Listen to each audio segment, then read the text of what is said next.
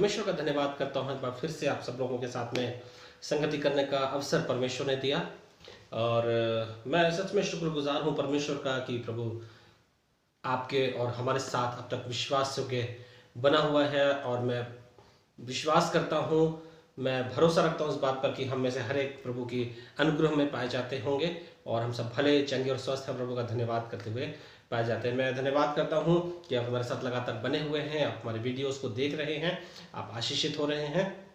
और एक बार फिर से आपके लिए एक नया संदेश मैं आज के दिन लेकर के आया हूँ। आप अपने पूरे परिवार के साथ में इस संदेश को सुने, देखें, आशीषित हों, परमेश्वर की महिमा उसकी महिमा को अपने जीवन के द्वारा करें। सो आइए हम लोग इस समय संदेश में जाएं। उससे पहले हम प्रार्थना करें, हमेशा की तरह अपनी आंखों को बंद करें और प्रभु से अनुग्रह मांगे, उसकी कृपा को हम मांगे।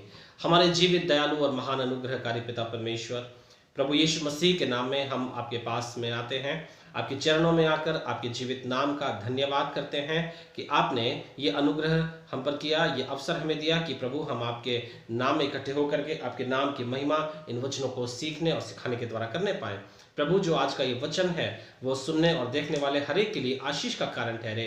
प्रभु जो भी हमारे साथ जुड़ते हैं उनमें से हर एक प्रभु जी आशीषित हों, उनके जीवनों में, उनके परिवारों में ये वचन कई गुना आशीष लेकर आए। प्रभु उनकी जो रुकावटें हैं वो दूर हों, उनकी जो समस्याएं हैं प्रभु उसमें समाधान उन्हें मिले।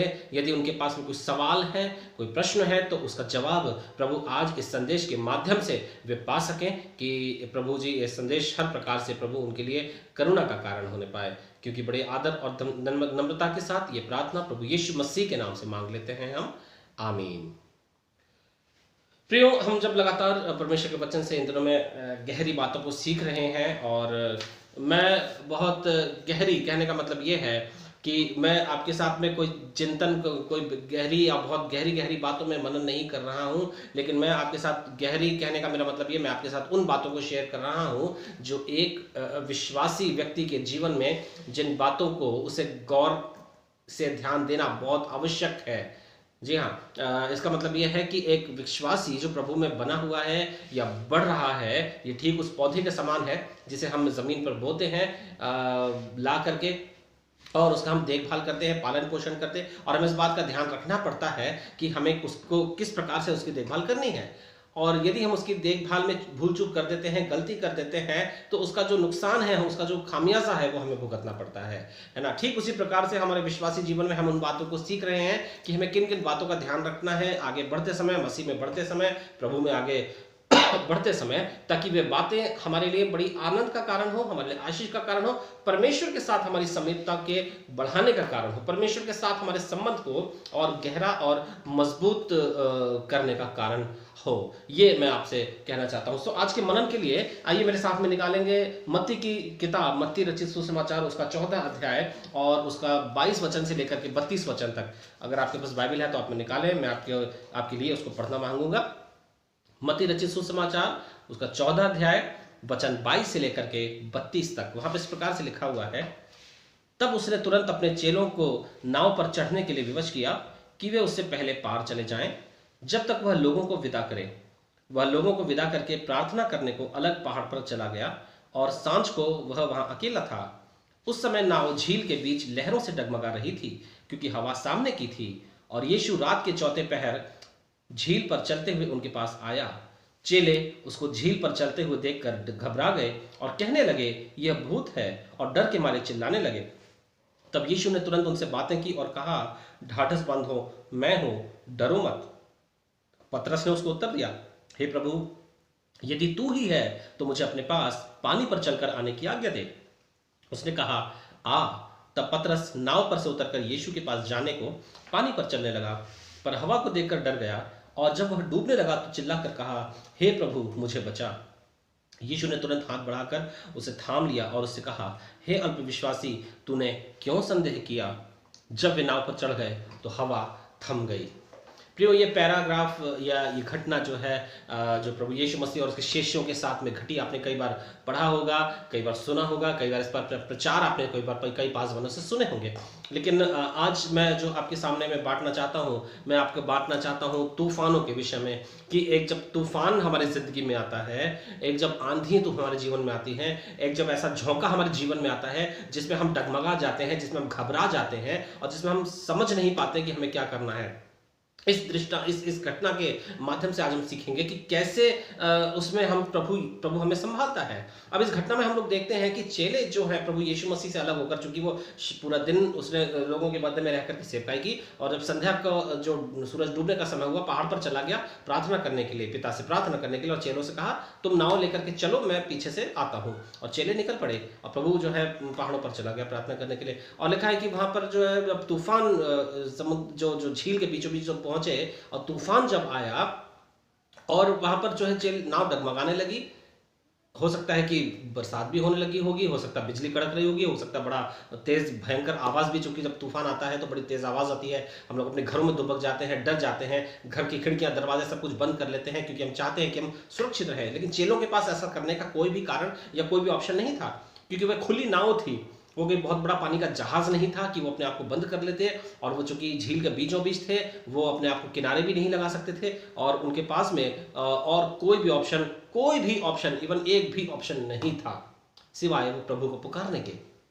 और एक बात जो वहां पर सबसे अच्छी आप नोटिस करेंगे वो ये कि जब तूफान उनकी जिंदगी में आया, और शायद चेलों के मन में यह आया होगा कि आज तो गुरु जी भी हमारे साथ नहीं है, आज तो गुरु भी हमारे साथ नहीं है, आज तो हो सकता है कि हमारी जो जीवन लीला है वो समाप्त हो जाएगी, हो सकता है कि आज हम मर ही जाएंगे।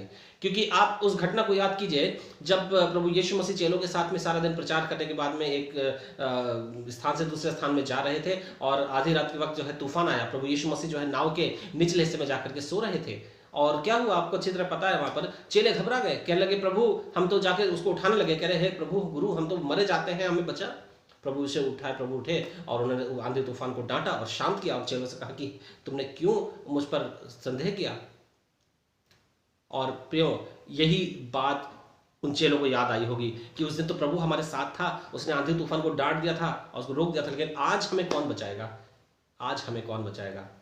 प्रियो, कई बार ऐसा ही जिंदगी हमारी जिंदगियों में भी घटता है, कई बार ऐसे ही आंधी और तूफान हमारी जिंदगी में आते हैं। कई बार जब बहुत अच्छा सब कुछ चलता रहता है, अचानक से जो है सब कुछ बिखर जाता है, सब कुछ अचानक से जो है खत्म हो जाता है। एक अचानक से एक तूफान ऐसा आता है, हवा का झोंका आता है, सब कुछ तबाह कर देता है। ऐसा ही कुछ घटना जो है इस साल 2020 में हमारे देश में, बल्कि पूरी दुनिया में घटी। पूरी दुनिया जो है बहुत अच्छी तरीके से 2020 में जो है एंटर किया इस संसार ने, और बहुत सारे लोगों के पास में उम्मीदें थी, बहुत सारी योजनाएं 2020 के लिए लोगों ने बना रखी थी, इस वर्ष के लिए बहुत सारी योजनाएं लोगों के पास में थी।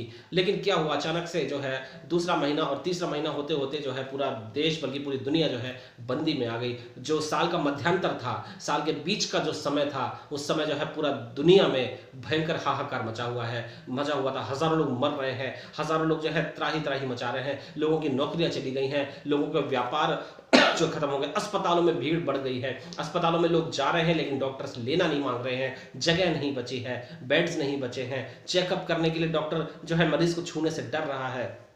विचित्र परिस्थिति, लोग एक दूसरे से मिलने से डर रहे हैं, एक दूसरे से हाथ मिलाने के लिए डर रहे हैं, एक दूसरे को गले लगाना चाहते हैं लेकिन नहीं कर पा रहे हैं। अजीब प्रकार की विचित्र स्थिति आ गई, घबरा गया, पूरी दुनिया जो है घबराई हुई थी, पूरी संसार जो है वो घबराया हुआ था, और लोग समझ नहीं पा रहे हम क्या करें क्या नहीं करें, प्रभु कहाँ है, प्रभु क्यों ऐसी स्थिति हमारे सामने में आई है। ये वही इसी प्रकार का एक तूफान था प्रियो, ये इसी प्रकार का एक तूफान था जब हम सोच रहे थे कि प्रभु ऐसी स्थिति क्यों आई। और बहुत सारे लोग सवाल कर रहे थे, बहुत सारे लोग सवाल पूछ रहे हैं, बहुत सारे लोगों के जीवन में, उनके जहन में आज भी ये सवाल है कि ये समस्या क्यों आई। 2020 में हमारे पास योजना थी, वो योजना थी, ऐसा था वैसा था, हमने ये करना चाहते थे, वो करना चाहते थे, हम बहुत कुछ करना चाहते थे लेकिन हम कुछ भी नहीं कर सके। लेकिन इस बीमारी ने आकर के, इस संक्रमण ने आकर के सब कुछ तबाह कर दिया, सब कुछ तहस नहस कर दिया, सब कुछ बर्बाद कर दिया।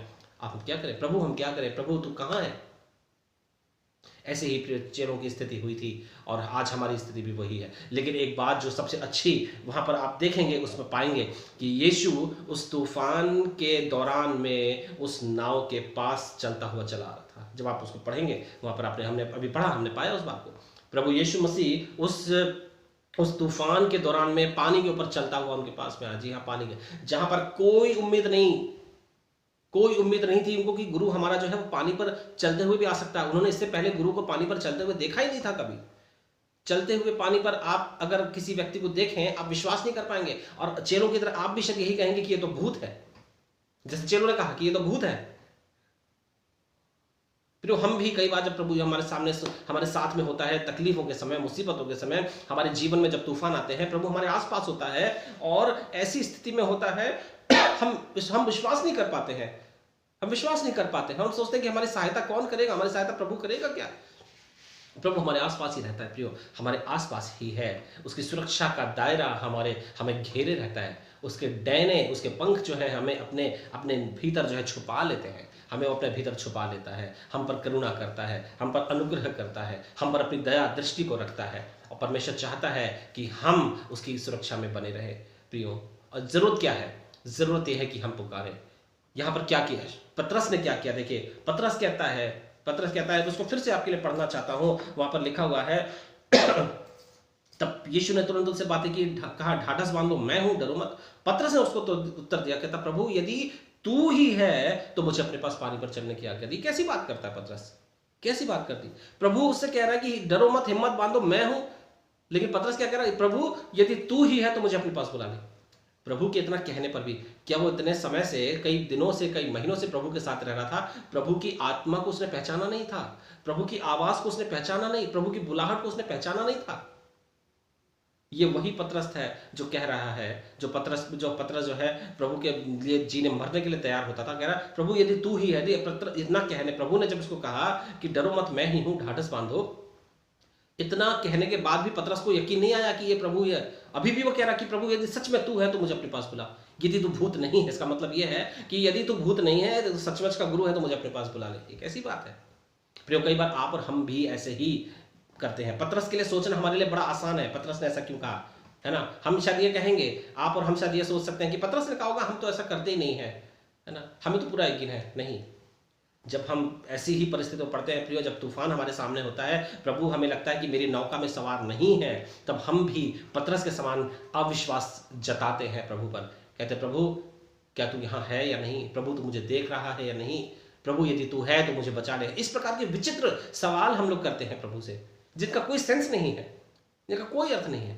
फिर भी प्रभु जो है हम पर क्रोध नहीं करता, वो दया करता है, करुणा करता है, क्योंकि हमसे प्रेम किया, हमारे लिए अपनी जान दी है क्रूस पर, आपके और मेरे लिए अपना लहू बहाया, और कहता है कि मैं अपना हाथ बढ़ाता हूं तो मेरे हाथ को थाम ले। प्रभु लिखा है प्रभु ने अपना हाथ बढ़ाया, पतरस ने उसके हाथ को पकड़ लिया और वो डूबने से बच गया। प्रियो आपके और मेरे लिए आवश्यक है, जब ऐसे तूफान आते हैं हम पतरस की तरह संदेह ना करें, हम शक ना करें। बाइबल बताती है प्रियो बहुत सारी बातें, जब हम तूफान हमारे जीवन में आते हैं तो कुछ चीज़ें जब आपको बताऊंगा जल्दी से। क्या होता है हमारे जिंदगी में? अंधकार में से होकर के मनुष्य को गुजरना पड़ता है, पीड़ाओं में से होकर के मनुष्य को गुजरना पड़ता है। कई बार अकेले ही आपको उस तूफान में यात्रा करनी पड़ती है। जी हाँ, क्योंकि आके जब तूफान आता है हर व्यक्ति अपने अपने घर में, अपने अपने स्थान में सुरक्षित हो जाता है और आपके आसपास कोई नहीं होता। आप उस उड़ाऊ पुत्र को याद करें जो अपने दोस्तों के साथ में, अपने फ्रेंड्स के साथ में जो है गांव से शहर गया था अपना पैसा लेके। जब सबके पैसे खत्म हो गए तो सब उसके दोस्त एक एक करके अपने घर लौट गए और ये अकेला रह गया तूफान में, कोई उसका साथी नहीं था। कई बार हमें ऐसे तूफानों का सामना अकेले करना पड़ता है। कई बार विरोधी शक्तियां, चुनौतियां और निराशा प्रियो हमारे जीवन में आती है। ऐसे ही समय में जब आपका सब कुछ अच्छा चलता रहेगा तो कोई परेशानी नहीं आएगी, कोई निराशा नहीं आएगी। लेकिन जब समस्या, कहते हैं ना हम लोग की, जब पीड़ा आती है, तकलीफ आती है, तो एक के बाद एक चलती चली जाती है। एक का समाधान हो नहीं पाता है, दूसरी आ जाती है, दूसरी का हो नहीं पाता है, तीसरी आ जाती है, और ये हमारी जिंदगी में चलता रहता है। कई बार जो तूफान प्रियो, अधिकतर आप देखते होंगे, आपने नोटिस किया होगा, अधिकतर तूफान जो शाम के समय आता है या रात के समय आता है। सुबह से लेकर के दोपहर बाद तक तूफान नहीं आएगा, दोपहर के बाद में जो है अचानक तूफान आता है, रात में अचानक तूफान आता है। आप लोग घर में सो रहे हैं, रात में तूफान आ गया, शाम हो गई, अंधेरा होने लगा, तूफान आ गया है। प्रियो इसका मतलब यह है कि हमारी जिंदगी में जब सब कुछ अच्छा चल रहा होता है, हम सोचते हैं कि हम सुरक्षित हैं, हमारा तो सब कुछ अच्छा चल रहा है, हमारी जिंदगी में कोई तकलीफ नहीं है, अचानक से तूफान आ जाएगा। अचानक आने वाले तूफान से आप सावधान रहिए, अचानक आने वाले तूफान से सावधान रहिए। अब चेलों के बारे में अचानक से तूफान आ जाना कोई साधारण बात नहीं थी। चेलों के बारे में क्या है? चेले क्या कर रहे थे? चेले अपनी समझ, अपनी बुद्धि से उसका जो है उस तूफान से बचने की कोशिश कर रहे थे। वो जो उनके पास में नाव खेने के चप्पू थे, उनको चलाने की, अपनी नाव को जो स्थिर रखने की, क्योंकि डावाडोल हो रही थी, डूबने वाली थी, हो सकता है उसमें पानी भी भर रहा होगा, उससे बचने के लिए, डूबने से बचने के लिए हो सकता है वो पानी भी निकाल के फेंक रहे। कुछ लोगों को उन्होंने पानी निकाल के फेंकने के लिए लगा दिया होगा। कुछ चेले पानी निकाल रहे होंगे, कुछ जो है नाव को जो वजनदार चीजें होंगी, जो चेन या जंजीर या रस्सियां होती हैं, उनको लटका देते हैं नीचे ताकि जो है नाव हिले नहीं। ये वो चीजें वो कर रहे थे अपने दिमाग से, जो उनके पास समझ थी, ये सब कुछ वो कर रहे थे नाव स्थिर रहने के लिए। प्रियो, कई बार हम भी और आप भी ऐसे ही अपना दिमाग लगाते हैं ताकि ऐसे अपनी चीजों को स्थिर रखने के लिए, कि हमारी तूफान जो है स्थिर हो जाए, हमारी समस्या जो है टल जाए। और हम प्रभु के पास नहीं आते हैं। इन्होंने से एक भी वचन में नहीं लिखा हुआ है कि इन्होंने प्रभु को पुकारा। जब तक प्रभु को नहीं दिख गया, उन्होंने प्रभु का नाम ही नहीं लिया। कई बार प्रियो ऐसा ही होता है, हमारे पास समस्या आती है, हमारे घर में कोई बीमार हो गया, सबसे पहले हम कहाँ भागते हैं? अस्पताल भागते हैं, सबसे पहले डॉक्टर के पास भागते हैं, पहले प्रभु का नाम नहीं लेते हैं। पहले हम अपने कलीसिया के पासवान को फोन नहीं करते हैं कि पास्टर साहब हमारे घर में ऐसी समस्या की, कृपया प्लीज फोन करिए, हमारे घर पे अभी आ जाइए, या हम आपके घर में अभी आ रहे हैं। नहीं, हम करते हैं अधिकतर क्या है, हम सबसे पहले डॉक्टर को फोन लगाते हैं। अस्पताल में डॉक्टर साहब हैं या नहीं आधी रात को अस्पताल में ड्यूटी पर? दुर्भाग्यपूर्ण है प्रियो, दुर्भाग्यपूर्ण है। चेलों की और हमारी स्थिति एक जैसी है। हम लोग अपनी बुद्धि से उसका तोड़ निकालने की कोशिश करते हैं। अब हम ये तो समस्या के बारे में हमने बात की, मैं जल्दी खत्म करूंगा, ज्यादा समय नहीं लूंगा। अब हमारे पास में करने के लिए क्या है प्रियो? बाइबल बताती है कि हम क्या करें। बाइबल बताती है कि हम लोग क्या करें, एक निर्णय लें, एक फैसला लें, जैसा चेलों ने लिया कि प्रभु को हम अपनी नाव में सवार कर लें, प्रभु को अपनी नाव में बिठा लें, तूफान मिट जाएगा। और क्या करें? एक नया प्रारंभ करें, एक नया संकल्प लें, एक नया प्रयास करें, एक नई कोशिश करें, जिससे तूफान, जो उड़ता हुआ तूफान है, गंदगी हमारे जीवन में लेकर के आ रहा है ना, जो तूफान आता है हमारे घर में गंदगी आ जाती है, फिर अगली सुबह उठते हैं, सफाई करते हैं। ऐसा ही तूफान हमारे जिंदगी में जब आता है प्रियो, जरूरी है कि नया प्रयास करें, एक नई कोशिश करें, एक नया अभ्यास करें, एक नए विश्वास को अपने अंदर पैदा करें, एक नया अनुशासन। अगर हम प्रभु की आज्ञाओं को मानने में कहीं पीछे हैं तो हम जांचें इस बात को कि मेरे लिए क्या जरूरी है। अगर इस बात को नहीं समझ पा रहे हैं, कलीसिया के पासवान की हेल्प लें, उनकी सहायता लें, उनसे अपनी सारी बातों को आप कहें कि मेरे जीवन में ऐसी समस्या, रुकावट है, मैं क्या करूं, मैं क्या नहीं करूं। आप पूछें, वो जरूर आपको गाइड करेंगे, वो जरूर आपकी सहायता करेंगे कि आपके जीवन से वो तूफान पूरी तरह जा सके। क्या मिलेगा ऐसा करने से? हम जब तूफानों में सामना करते हैं, और ये चीजें जो मैं आपको बता रहा हूं कि नया निर्णय हम ले लें, एक नई शुरुआत हम करें, एक नया प्रयास हम करें, अनुशासन में आ जाए, प्रभु की आज्ञाकारिता में आ जाए, नए विश्वास को अपने अंदर पैदा करें। ऐसा करने से क्या मिलेगा प्रियो? वचन कहता है कि ऐसा करने से यीशु हमारा सच्चा सहायक साबित होगा। जी हाँ, आमीन। यीशु हमारा सच्चा सहायक साबित हो जाएगा। हमें पता चलेगा जब हम ये सब करेंगे, यीशु हमारे हाथ को थाम लेगा और हमें डूबने से बचा लेगा प्रियो। दुख में, परीक्षा में सच्चा आनंद प्रभु यीशु मसीह हमें देगा। एक बड़ा आश्चर्यकर्म, एक बड़ा चैन, एक बड़ा आराम आपकी जिंदगी में आएगा। जी हाँ, अगर आप किसी भी प्रकार की समस्याओं का सामना कर रहे हैं, किसी भी प्रकार की तकलीफों में से होकर गुजर रहे हैं, यीशु जब आपके जीवन में आएगा प्रियो, आपकी जिंदगी में एक बड़ा आनंद आ जाएगा, एक बड़ा चैन आ जाएगा। जब यीशु ने तूफान को शांत किया, उसके बाद में पूरी झील, पूरी नदी जो है बड़ी शांत हो गई, बड़ा आनंद हो गया, पूरी तरह सब कुछ शांत हो गया। लहरें सामान्य रूप से बहने लगी, हवा जो थी पहले की तरह सामान्य हो गई, और चेलों के जी में जी आया। उनको लगा कि हम मरने से बच गए। ऐसा ही हमारे और आपके जीवन में होता है प्रियो। जब प्रभु आपके मेरे जीवन में आता, हमें महसूस होता कि मैं मरने से बच गया हूँ, प्रभु ने मेरी जिंदगी को बचा लिया, प्रभु ने मेरी नाव में पैर रख करके मेरी जिंदगी में एक नया काम किया है प्रियो, है ना। एक वचन जो मैं आपके लिए जो पढ़ना चाहता हूँ वो ये है, व्यवस्था विवरण की किताब, उसका 32 अध्याय और उसका 11 वचन, जहाँ पर लिखा हुआ है, जैसे उकाब अपने घोंसले को हिला हिला कर अपने बच्चों के ऊपर मंडलाता है, वैसे ही उसने अपने पंख फैलाकर अपने पंखों पर हमें उठा लिया है। ये वचन हमें उत्साहित करता है प्रियो। एक पुराना गीत भी है जो जिसमें इस प्रकार इस वचन का वर्णन किया गया है। जैसे उकाब अपने बच्चों को क्या करता है, जिसके बच्चे छोटे रहते हैं, हिला हिला कर उन्हें गिराता है नीचे ताकि वो उड़ना सीखे। ऐसा नहीं है, क्योंकि उकाब का पंख जो घोंसला है वो बहुत ऊंचा होता है, बहुत ऊंचाई पर। कुछ विशेष प्रकार के पेड़ों पे वो बनाता है, जो पेड़ बहुत ऊंचे होते हैं, कई फीट ऊंचे, उन पर बनाता है। और जब वो उन बच्चों को गिराता है, वो बच्चे गिरते हैं, है ना। उनके पंख इतने तैयार नहीं है उड़ने के लिए, लेकिन वो कोशिश कर रहे हैं, लेकिन वो गिर जाते हैं, उड़ नहीं पाते ठीक से। और वो क्या करता है, जैसे वो नीचे गिरने लगते हैं, इससे पहले कि वो बच्चे जमीन पर गिरे, उससे नीचे से आकर के उन बच्चों को अपने पीठ पर बैठा लेता, फिर वापस उनको ऊपर ले जाता है। क्या कर रहा है वो? बच्चों को गिराना नहीं चाहता है, बच्चे को मारना नहीं चाहता है, बच्चे को चोट नहीं पहुंचाना चाहता है, लेकिन बच्चे को उड़ना सिखाना चाहता है। याद रखिए प्रियो, प्रभु यीशु मसीह भी आपको और मेरे को ऐसे ही उड़ना सिखाना चाहता है, और इसलिए वो हमारे घोंसले को कई बार हिलाता है। ऐसे ही हमारे जीवन में आंधी और तूफान आने देता है ताकि हमारी जिंदगी सुधर जाए प्रियो।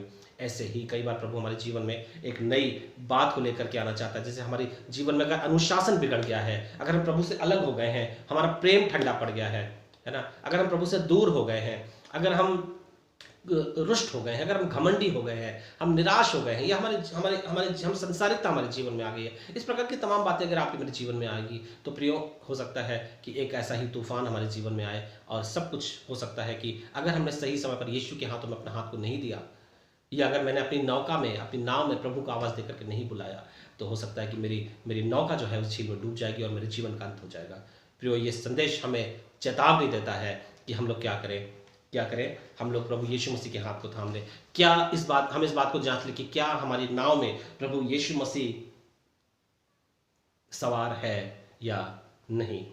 इस संदेश के साथ में, या इस सवाल के साथ में, मैं आपको आज छोड़ना चाहता हूँ, संदेश को समाप्त करना चाहता हूँ। एक अंत में एक बात जो कहना चाहता हूँ आपसे, तूफान जो है उसको शांत करने से अधिक महत्वपूर्ण क्या है? शिष्यों के हृदयों को शांत करना प्रभु यीशु मसीह का जो है उनका मोटिव था, उनका उद्देश्य था। तूफान को शांत करना प्रभु यीशु मसीह का लक्ष्य नहीं था। उस रात को उनके हृदय, उनके चेलों के हृदय में जो उथल पुथल मची थी, जो तूफान उनके अंदर था, मौत का तूफान, डर का तूफान।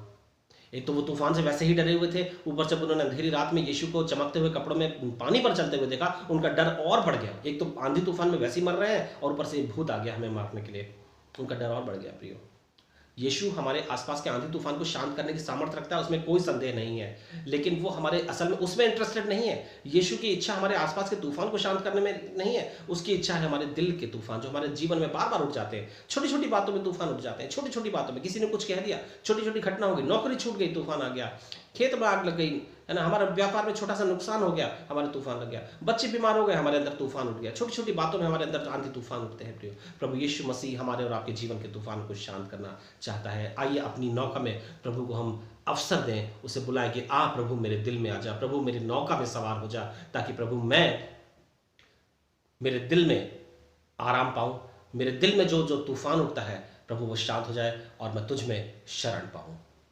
परमेश्वर आपको आशीष दे। आइए हम प्रार्थना करें। हमारे दयालु, जीवित, महान, अनुग्रहकारी परमेश्वर, प्रभु यीशु मसीह के नाम में आपके पास में हम आते हैं और आपके जीवित नाम का धन्यवाद करते हैं कि आज का ये सुंदर समय आपने हमें दिया। इस वचन के द्वारा प्रभु हम इन बातों को सीख सके कि किस प्रकार से प्रभु यदि हम अपनी नौका में आपको आमंत्रित करते हैं तो आप हमें डूबने और गिरने और मरने नहीं देते हैं। प्रभु, आप हमारे जीवन के हर प्रकार के डर को निकालते हैं, हमें सामर्थ्य देते हैं, हमें हौसला देते हैं। प्रभु, ये ठीक उसी प्रकार जैसे प्रभु एक उकाब अपने बच्चों को गिराता है बार बार ताकि वे उड़ना सीखें, और प्रभु उस प्रभु जी उसके उस प्रयास के द्वारा प्रभु उसके बच्चे उड़ना सीख जाते हैं, अपने डैनों पर भरोसा करना सीख जाते हैं। प्रभु, हमारे जीवन में भी इसी प्रकार से कई बार चीज़ें होती हैं पिता परमेश्वर, और जब आप चाहते हैं कि हम उड़ना सीखें तो प्रभु आप हमारे जीवन में ऐसी बातों को होने देते हैं। पिता, हम एक मूर्ख मनुष्य की भांति नहीं, एक नासमझ इंसान की तरह नहीं पिता परमेश्वर, परंतु पवित्र आत्मा पाया हुआ यदि हम जीवन है हमारा, यदि हमने पवित्र आत्मा पाया है तो पवित्र आत्मा का ज्ञान और समझ भी हमारे अंदर है। प्रभु, उसका इस्तेमाल हम करते हुए आपकी योजना को समझ सके कि यदि तूफान मेरे जीवन में आया है तो उसे शांत करने का जो हौसला है या जो क्षमता है वो सिर्फ और सिर्फ केवल और केवल प्रभु यीशु मसीह में है। क्यों ना मैं अपनी समस्या अपनी समस्या में जब मैं पड़ा हूं तो मैं इधर उधर भागने के अलावा क्यों ना मैं प्रभु के नाम को पुकारूं, क्यों ना मैं उसके हाथ को थाम लूं, क्यों ना मैं उसके हाथ को ढूंढूं कि उसका हाथ कहाँ है, और मैं अपना हाथ बढ़ाऊं, उसे थाम लूं पतरस की तरह, ताकि मैं आराम पाऊं और प्रभु को अपनी नौका में आमंत्रित करूं। प्रभु, हम चाहते हैं आप हमारे नौका में सवार हो जाइए। प्रभु, हमें डरने ना दें, हमें गिरना ना दें, हमें नाश होने ना दें। प्रभु, हम नाश होना नहीं चाहते। प्रभु, हम तो तेरी प्रजा, हम तेरे लोग हैं, तेरे बेटे तेरी बेटियां हैं, हम तेरे लिए जीना चाहते हैं, हम तेरे लिए बहुत कुछ करना चाहते हैं मेरे प्यारे परमेश्वर, कि तेरे राज्य के लिए प्रभु हम बढ़ें, और जब हम बचेंगे तो हम बहुतों को बचाने पाएंगे। प्यारे परमेश्वर पिता, धन्यवाद करते प्रभु इन वचनों के लिए। प्रभु, तूने अनुग्रह किया, हम विश्वास करते हैं कि जिन लोगों ने भी इस समय इस वचन को सुना है प्रभु, तू उनसे बातें कर रहा है और वचन उनके लिए आशीष का कारण ठहरेंगे। धन्यवाद के साथ ही प्रार्थना प्रभु यीशु मसीह के नाम से मांग लेते हैं हम, आमीन। God bless you. परमेश्वर आप सबको आशीष दे। यूं ही प्रभु में बने रहें, वचनों को पढ़ें, प्रार्थना करें, आराधना करें। परमेश्वर का अनुग्रह आप सब पर बना रहे। आप सबको जय मसीह की।